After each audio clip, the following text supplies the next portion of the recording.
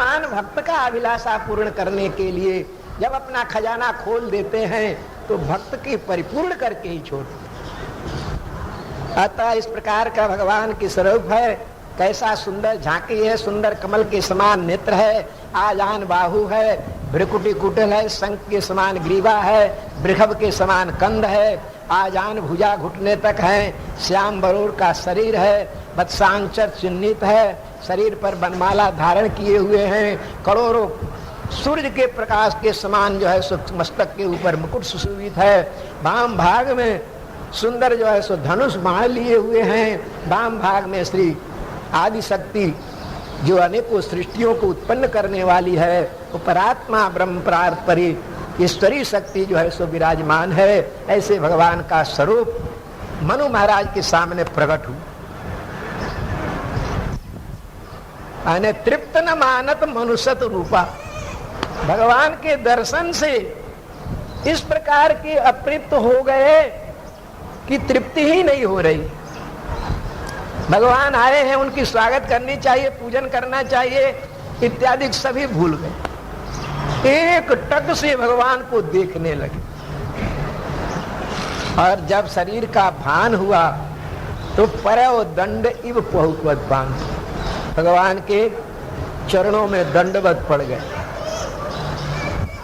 भगवान ने उठा करके उठाया, सिर कर से प्रभु निज कर पंजा तुरंत उठाए करुणा पुंजा। जिस जीव को भगवान की करस्पर्श प्राप्त हो गया, जिसका भगवान का आलिंगन प्राप्त हो गया, भरा उसको जगत में प्राप्त करने के लिए क्या रह जाता है। आज मनु महाराज के जन्म जन्मांतर के कर्म जो है सो परिपूर्ण हुए परमात्मा की प्राप्ति। भगवान ने कहे कि भाई आज मैं तुम्हें सब कुछ देने के लिए तैयार, तुम्हारी मांगो बर जो भावमन महादानी अनुमान, मुझे सर्वस्व देने के योग्य समझ करके तुम मांगो। उन्होंने कहा जी महाराज अब भी मांगने की बाकी रह गई। भगवान की जो विधान होता है, भगवान जो कुछ करना चाहते हैं, जो कराना चाहते हैं जिसके द्वारा, वह उसे करना ही पड़ता है। मनु महाराज को आगे की लीला में सम्मिलित करना था। अभी तक मनु जी महाराज को केवल दर्शन की ही अभिलाषा थी, दूसरा कोई अभिलाषा नहीं था। पर भगवान ने मांगने की प्रेरणा करके और उनके हृदय में पुत्र मांगने की जो अभिलाषा पूर्ण। महाराज आप कल्पतरु हैं, सब कुछ देने में समर्थ हैं, पर हम तो एक दरिद्र हैं। यथा दरिद्र विबुध तरु जाई, बहु संगति मांगत सकुचाई। एक दरिद्र कल्पतरु के नीचे जाएगा तो उतना ही मांगेगा कि महाराज मुझे खाने को दे दो ना। वह यह नहीं समझेगा कि यह कल्प वृक्ष है, इससे जो कुछ मांगूंगा सब कुछ मिलेगा। एक गरीब मजदूरी करने वाला व्यक्ति कभी भी अपने मन में यह कल्पना नहीं करता होगा कि मैं बंगला में बैठूं, मेरे पास में मोटर होवे, मैं जो है सो सैर करूं, मैं प्लेन में फरूं, ऐसा कल्पना वो नहीं करता होगा। ये तो परमात्मा के पास यही प्रार्थना करता होगा महाराज मुझे साग रोटी जो है सो बढ़िया प्रेम से मिले तो हम अपने को कृतार्थ माने और हमारी मजदूरी चलती रहे, हमको रोटी दाल मिलता रहे, इतनी आप कृपा कीजिए। जब रोजी काट की कोठा पूरी हो जाएगी फिर आगे विचार होगा। मनुष्य के अभिलाषाएं क्रम बढ़ती है। पहले से कोई करोड़पति अरबपति बनने का विचार नहीं करता, कोई राज प्राप्त करने का विचार नहीं करता। मनु महाराज पहले भगवान के लिए भजन किए, भजन करने के भगवान की दर्शन करने की इच्छा हुई, भगवान को दर्शन करने के बाद उनको बेटा बनाने की इच्छा हो गई। अतः कहे काजे महाराज मैं तो एक दरिद्र हूं और आप कल्पतरु हैं, आपसे जो कुछ मांगा जाए वो आप दे सकते हैं, परंतु एक दरिद्र अपनी शक्ति से आगे कुछ नहीं मांग सकता है। यह विचार करके महाराज मांगने में मुझे बहुत संकोच हो रहा है। आप से कहां मांग सकता हूं, आप सब कुछ जानते हैं, मेरी अभिलाषाओं को समझते हैं, तो बिना मांगे दे दीजिए ना। कि नहीं, ये हमारे दरबार का नियम नहीं है। हमारे दरबार का यह नियम नहीं है कि मैं बिना मांगे दे दूं। એટલે राजन तुम शंका नहीं करना, जो मैं जो मांगूंगा वो नहीं देंगे। परम प्रसन्न जानो नृप मोही, जो बर मांगू देऊं सो तो ही। आज मैं तुम्हारे ऊपर बहुत प्रसन्न हूं, तुम जो मांगोगे सो मैं तुम्हें दूंगा। जब भगवान ने इतना छूट दिया तो नारद मनु महाराज मांग बैठे। दान शिरोमणि कृपा निधि, नाथ कहो सति भाव, चाहो तुम्हें समान सुत, प्रभु सन कवन दुरा। महाराज आपसे छिपा करके मैं कहाँ छिपा सकता हूँ? आप तो सबके घट घट के जानने वाले हैं। आप दानी शिरोमणि हैं और मैं एक दरिद्र हूँ, अतः आपसे कुछ छिपा हुआ नहीं हो बात है। परंतु मैं यही मानता हूँ, आपसे प्रार्थना करता हूँ कि आपके समान पुत्र चाहता हूँ। आपके समान पुत्र मैं चाह रहा हूं। ऐसा नहीं कहते कि आप हमारे बेटा बन करके आ जाइए, परंतु कह रहे हैं कि आपके समान पुत्र मैं चाहता हूं। तो कह रहे हैं कि भाई मैं अपने समान कहां खोजने जाऊं? मेरे समान तो मैं ही हूं, मेरे समान दूसरा कोई है नहीं, मैं किसको खोजने जाऊं? तो आप सरी से खोजो कहाँ जाई, नृप तब तनय हो मैं आई। महाराज अपने शरीर से मैं खोजने जाऊं तो कहीं पर मिलेगा नहीं, और तो मैं ही तुम्हारा बेटा बन जाऊंगा। कहे महाराज आप तो संपूर्ण जगत के उत्पत्ति करने वाले पिता हैं, जगत जनत सबके हितकारी, आप तो जगत के पिता हैं, आप कैसे पुत्र बन सकते हैं? कहते हैं भाई अब तुम पुत्र ही बनाना चाहते हो तो हम बन जाएंगे।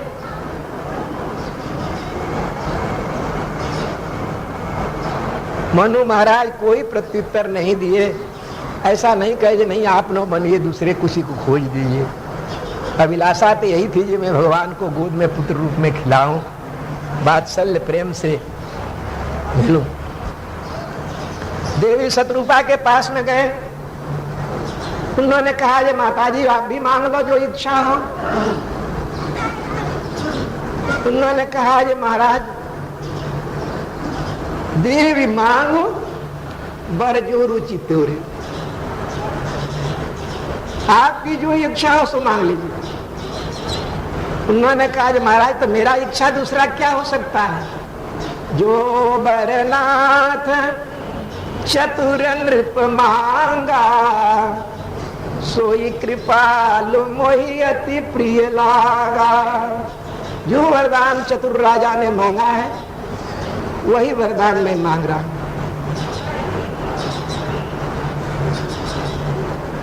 पति पत्नी का विचार एक हो, पति पत्नी का व्यवहार एक हो, पति पत्नी का बर्तन एक हो तो घर स्वर्ग बन जाए। कभी भी घर में कलह का स्थान न हो। एक वृद्ध ब्राह्मण तपस्या करने के लिए गया, तपस्या करके भगवान को प्रसन्न किया। भगवान ने कहा कि भाई तुम्हारी क्या इच्छा है, वरदान मांग लो। उन्होंने गया कि महाराज मैं एकला कैसे मांग लूं, पत्नी से पूछा। उन्होंने पत्नी ने के पास में गए जी अरे भगवान हमको वरदान देने के लिए आए हैं, भगवान पास से क्या मांगू? तो उन्होंने कहा कि महाराज घर में खाने पीने को नहीं है, इतना मांग लो कि घर में खाने पीने को सुखी हो जाए। घर की पुत्र वधू थी, पुत्र वधू से पूछिए पुत्र वधू ने कहा, जे पिताजी मेरा लग्न हुआ इतना दिवस हो गया, अभी मेरे पास संतान नहीं है, कृपा करके आप संतान मुझे मिले, ऐसा भगवान से प्रार्थना कीजिए। बुढ़ा ने विचार किया कि अब सबका मन मैं कैसे रखूं। अतः उसने अपने चतुराई से भगवान के पास में जाकर मांगा कि महाराज मैं यही चाहता हूं कि मुझे एक ऐसा नाती दीजिए जो कि सोना के पालना के ऊपर झूलता हो, सोना के कटोरी में दूध भात खाता हो और सुंदर महल में रहता हो, ऐसा एक बेटा दीजिए, ऐसा एक नाती दीजिए। भगवान ने मस्तु कह दिया। अतः सभी के विचार के अनुकूल उसने वरदान मांगा। कहने का मतलब है सबका विचार यदि एक हो तो घर के अंतर्गत में कलह नहीं होता है। मनु महाराज के अनन्या अर्धांगिनी शत्रुपा जी ने कहा, जे महाराज जोबरनाथ चतुर नृप मांगा, सोई कृपाल मोहि अति प्रिय लगा। वही मुझे भी प्रिय लगा है, परंतु महाराज थोड़ा मुझे प्रार्थना है आपसे।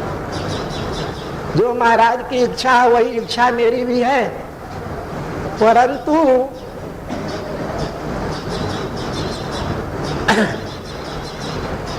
आप हैं साक्षात परब्रह्म परमात्मा।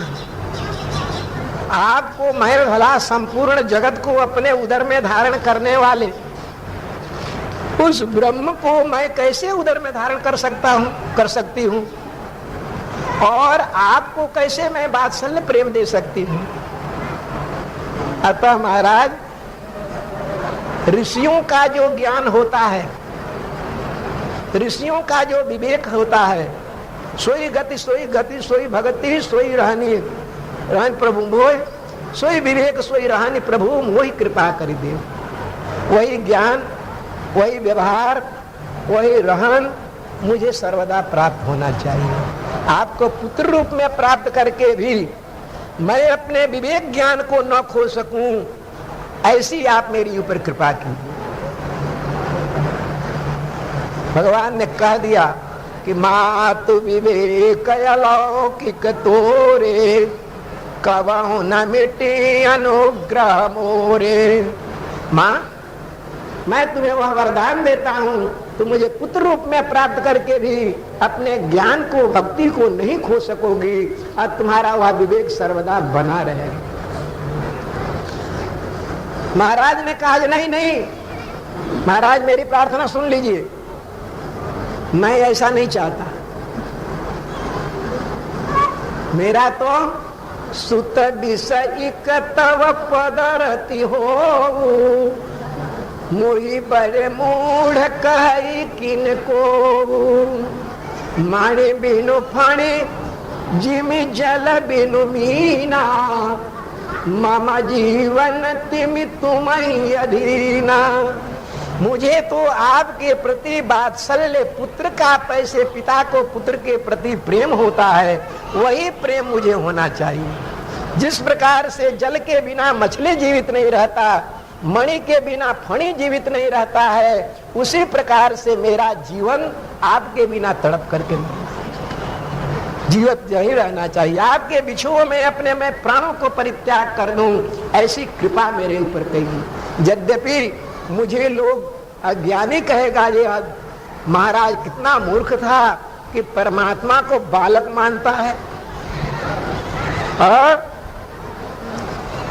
अतः वह मैं सहन करने के लिए तैयार हूं, परंतु आपका वात्सल्य प्रेम का आनंद लेने की मेरी इच्छा है। भगवान ने दंपति के प्रेम को देखकर उनके अभिलाषित वरदान को प्रदान किए और कहे का, ये महाराज पूर्व मैं अभिलाष तुम्हारा, सत्य भक्त प्रण सत्य हमारा। मैं सत्यता प्रभु कहता हूँ, तुम्हारी प्रतिज्ञा को पूर्ण करूंगा। अपने अंशों के सहित अवतार धारण करके तुम्हारे कुल में जो है तुम्हारे घर में अवतार लूंगा।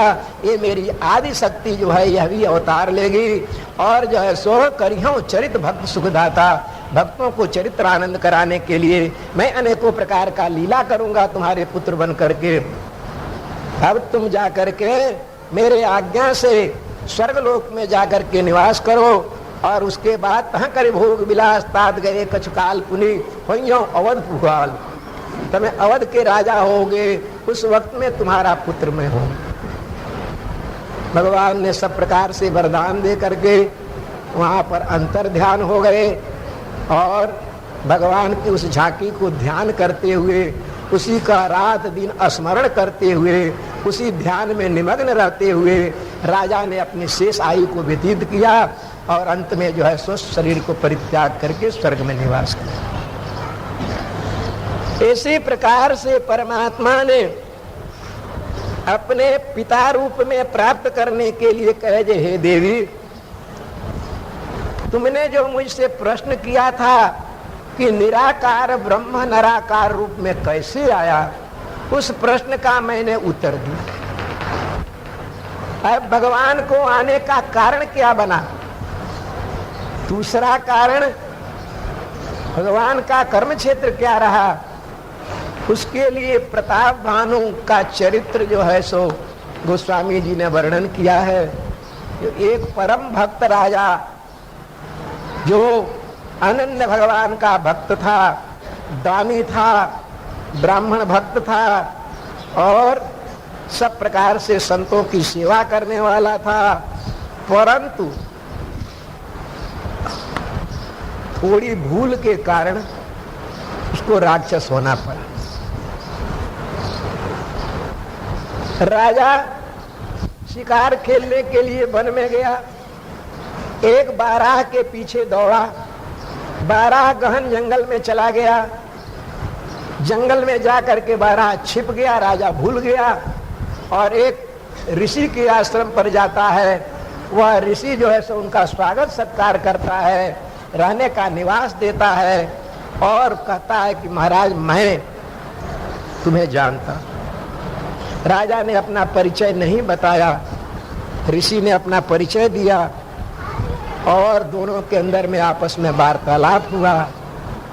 उसके कपट जाल में जो है सो राजा फंस गया। जो सब प्रकार से ज्ञानी था, विवेकी था, वीर था, वह राजा काल के अधीन होने के कारण विधि विधान के अंतर्गत में बुद्धि कुंठित हुई और उस कपटी ऋषि के जाल में पड़ गया।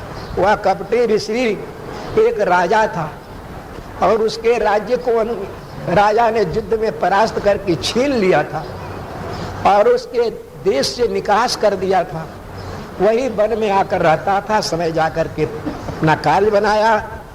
एक काल केतु नाम का राक्षस था जो 12 रूप धारण करके राजा को भुलाकर वहां तक लाया था। राजा के साथ में बात हुआ, राजा से कहेगा जी राजन मैं तुम्हारे ऊपर प्रसन्न हूं, तुम्हें जो इच्छा हो वरदान मांग लो। उन्होंने कहा महाराज मुझे तो सब कुछ प्राप्त है, मुझे कुछ भी चाहने की जरूरत नहीं। कहा बहुत अच्छा, परंतु महाराज आप यदि मेरे ऊपर कृपा कर रहे हैं, इसी का नाम लोभ वृत्ति है। सब कुछ प्राप्त था तो आप कृपा करके मुझे ऐसा वरदान दे दीजिए कि जरा मरण रुख रहित तनु राजकल्प सत हो, एक छत्र रिपुहीन मही राजकल्प सत हो।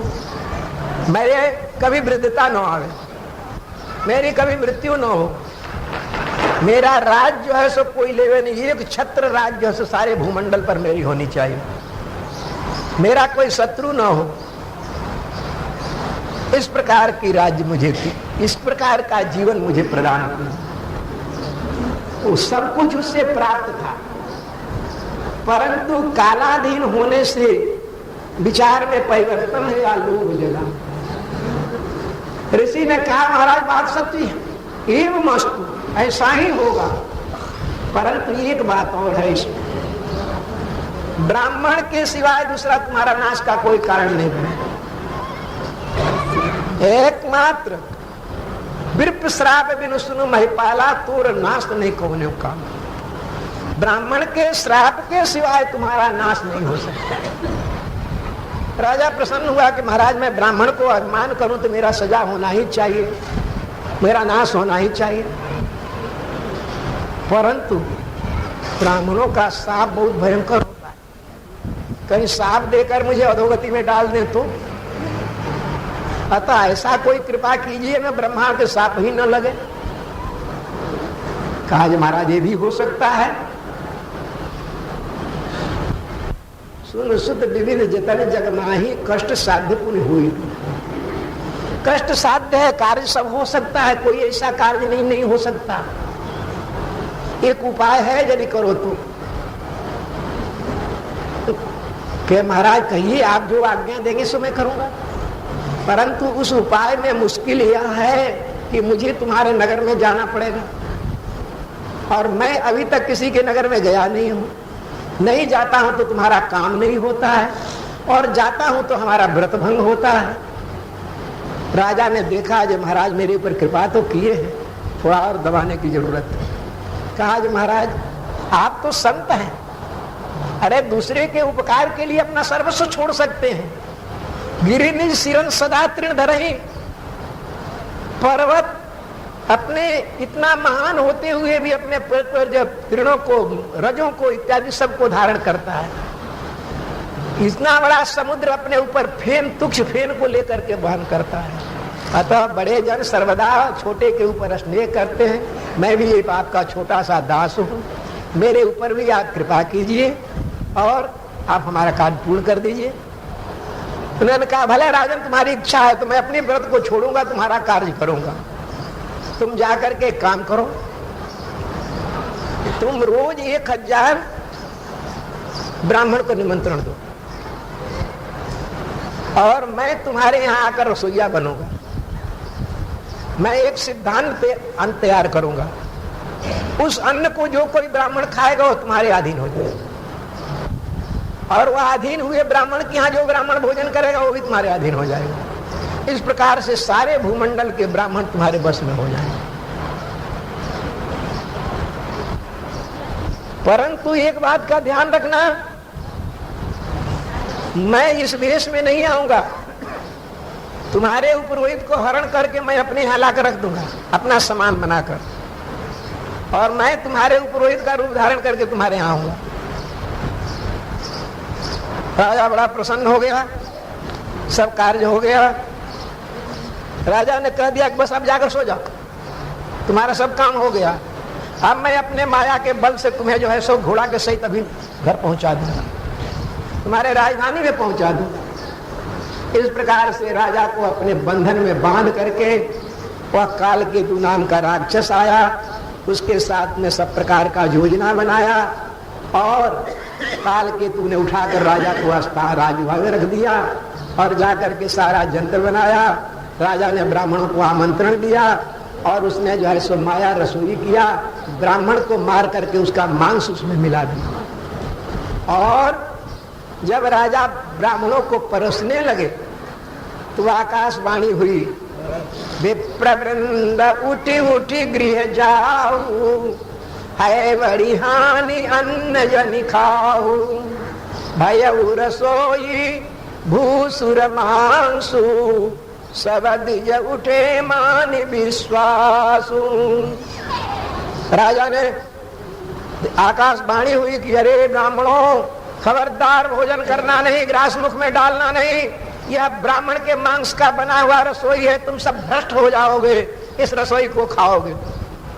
तुरंत जैसे ग्रास हाथ में उठाए थे सभी ग्रास ज्यों का त्यों रख दिए, आकाश की तरफ देखने लगे। अरे राजा यह क्या किया तूने, तू तो बड़ा धर्मात्मा राजा था भाई, तुम्हारी कीर्ति इतनी फैली हुई थी, छत्रबंध में विप्र बुलाई घाले ली सही सुनलाई। अरे क्षत्रिय, तूने जो है सो ब्राह्मणों को अपने घर बुला करके सत्यानाश करने का विचार किया। आज परमात्मा ने हमारी धर्म को रक्षा किया, परंतु जय है तय समेत परिवार, तुम अपने परिवार के साथ नाश को प्राप्त होगा। 1 वर्ष के अंदर में तुम्हारा परिवार के साथ कोई जल देने वाला भी नहीं रहेगा और सारा परिवार तुम्हारा नष्ट हो जाएगा। और जाय निशाचर हो तुम मूढ़ सहित परिवार। अतः तू जा करके अपने परिवार के साथ राक्षस। ब्राह्मणों ने श्राप दिया राजा को इसका कुछ खबर नहीं था। रसोई घर में जाकर देखा तो नहीं वहाँ रसोई है और न वहाँ रसोईया है, सब माया की बनी हुई वस्तु थी।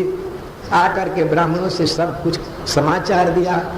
ब्राह्मणों ने फिर ध्यान करके देखा, फिर आकाशवाणी हुई कि महाराज आप सबने श्राप विचार करके नहीं दिया, राजा का कोई दोष नहीं था। ब्राह्मण चकित रह गए, क्या नाटक है।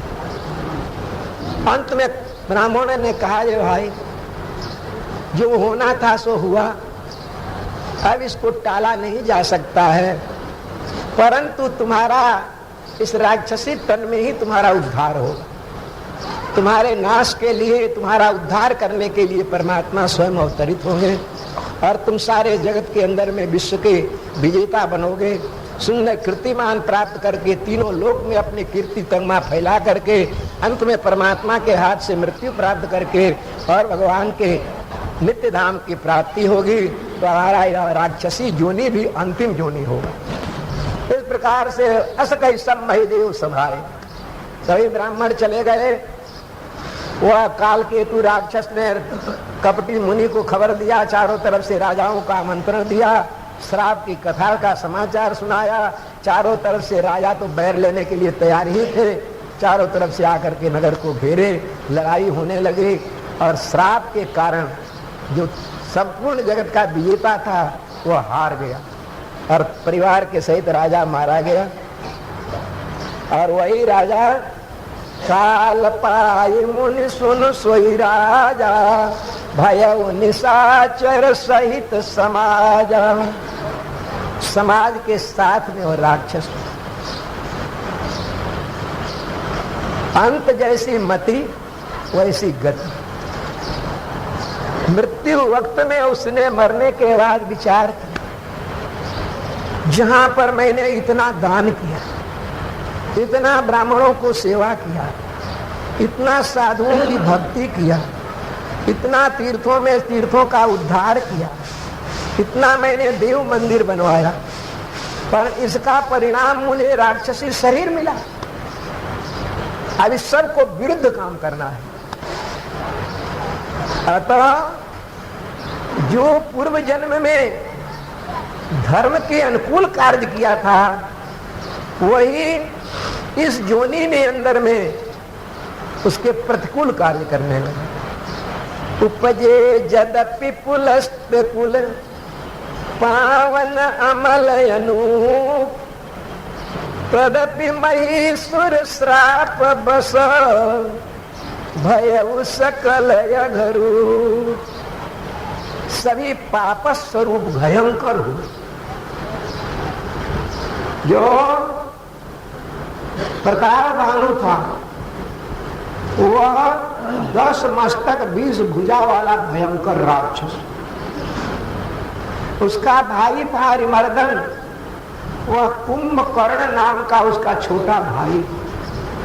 उसका मंत्री जो था भगवत भक्त था, वह विभीषण नाम का उसका छोटा भाई। और जितने परिवार थे वे सभी उसके बेटे इत्यादि, राजकुमार इत्यादि सब हुए। भयंकर तपस्या किया, 10,000 वर्ष तक रावण ने तपस्या किया। 10,000 वर्ष में 1,000 वर्ष तपस्या करता और अपना एक मस्तक काट करके हवन कर देता। उनका 9 वर्ष के अंदर 9,000 वर्ष में जो है सो 9 मस्तक काट करके उन्होंने हवन कर दिया। जब 10,000 वर्ष के व्रत पूर्ण होने पर 10वां मस्तक काटने के लिए तैयार हुआ, ब्रह्मा जी प्रकट हो गए। हाँ बेटा, तुम्हारे व्रत तपस्या पूर्ण हुआ, वरदान मां। उसने कहा, महाराज सृष्टि में किसी जीव से मैं नहीं मरूं। उन्होंने कहा, सर्वदा अमरत्व तो नहीं मिल सकता, कुछ विधान करना पड़ेगा। फिर उसने विचार करके कहा, चलो हम मनुष्य के सिवाय और किसी से नहीं मरे, मानव के द्वारा मृत्यु हुई। भगवान ने कहा, ये मस्त, जाओ। कुंभकर्ण को देखे, देवताओं ने आकर प्रार्थना किया, महाराज इसको वरदान नहीं देना, जो आप इसको वरदान देंगे तो संपूर्ण जगत चौपट हो जाएगा, सारी सृष्टि नष्ट हो जाएगी। यह इतना खाता है, इतना उपद्रव करता है कि यह कोई सृष्टि को रहने नहीं देगा। अतः सरस्वती को प्रेरणा करके और ब्रह्मा जी ने उसके मुख पर बैठे और जो 6 महीना जागना और एक दिन सोने को मांगना चाहता था, वह मांगा कि मांगे से नींद मांस खटकेरी। 6 महीना सोऊं और एक दिन जागूं, ऐसा वरदान। पीछे पश्चाताप हुआ। विभीषण ने पास गए, विभीषण ने भगवान की भक्ति मांगा, कहा महाराज मेरी महान आपत्ति पर भी मैं धर्म से विचलित न हूं, ऐसी कृपा करके वरदान। कहे जे बेटा तेरी धर्म बुद्धि है इसलिए तुम्हें अमरत्व प्रदान करता हूं। वरदान प्राप्त करके सब आए और उसके नाना था माली, सुमाली, माल्यवान। माली तो मारा जा चुका था, सुमाली और माल्यवान। उसको खबर पड़ा और तुरंत प्रसन्नता से उसको अभिवंदन करने के लिए आया, अभिवादन देने के लिए आया। कहा जे बेटा शाबाश, जो काम मुझे करना था वो तुमने करके दिखा दिया। तेरे इस कार्य से मैं बहुत प्रसन्न हूँ बेटा, तुमने वरदान मां करके अभय बन गया।